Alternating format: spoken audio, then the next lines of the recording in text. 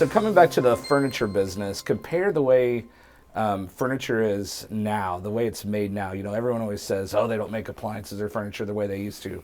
Is there any truth to that? Again, I've not been around it that much, but there is just quality does change over the years and stuff like that. And I think people are more disposable now too. So I think the furniture and appliances have followed that because, you know, people do move around a lot. My wife and I have moved a lot in over the years and things like that. So we've not kept our furniture and appliances. They're not heirlooms and hand-me-downs as much as they used to be anymore. You can still get those things as that quality, but most people don't want to spend the money to get that quality anymore. Except for appliances, sometimes, you know, they want the top end appliances if they can get them. Warranty means a lot to them on the appliances now. Yeah, because you know, sometimes appliances don't last as long as they did. So getting that 3 or 5 or 7 year warranty is important, you know, to people. So you know, wood is still wood. I mean, you still get good quality on furniture and things like that if you use good quality materials and things like that. So and you have the difference in the appliances is you almost have to have a chart to see who bought who, what brands they make now, and you know, this brand is now bought up 4 or 5 more, and yeah, that gets a little confusing to people. Right. The running joke in my family, my wife's parents bought a refrigerator before she was born, and that was, she's going to kill me for saying how old she is, but it was 1980.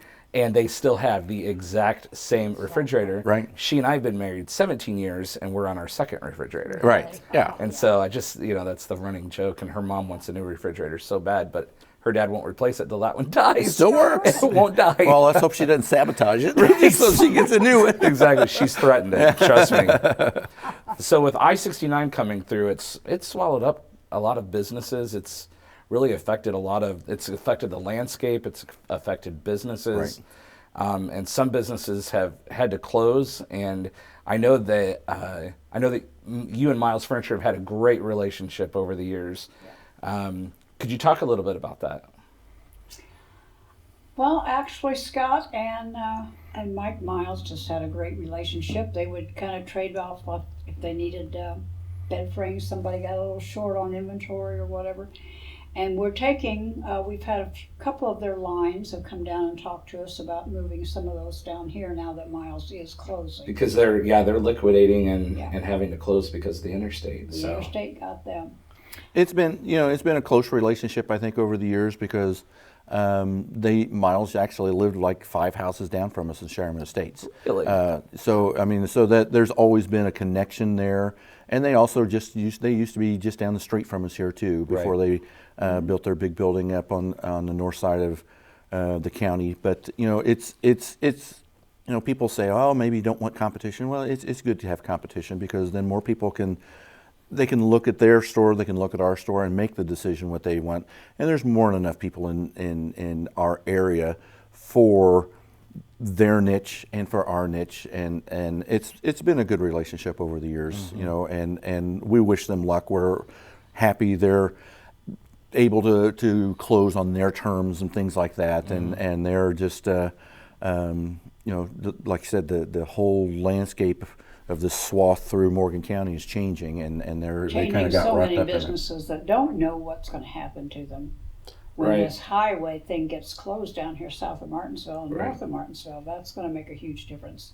We're going to get a lot of traffic in front of our store. Absolutely. It's going to be.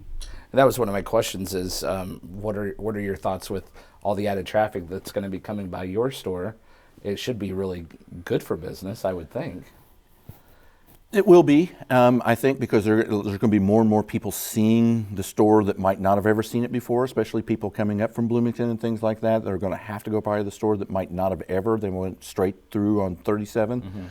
And, you know, we do sell quite a few things in Bloomington and a very prominent longtime business down there that sold appliances recently closed also. So after 50 years, I think. Yeah, so we're picking up some of that business too. So they're going to see us.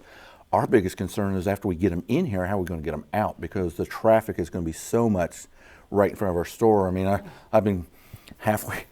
thinking we're going to get a Walmart greeter kind of guy, but it's going to be a crossing guard. He's going to grab a little stop sign and stop the traffic just so our people can get out there. You're not going to tell them my suggestion. No, we're not going to tell you your suggestion.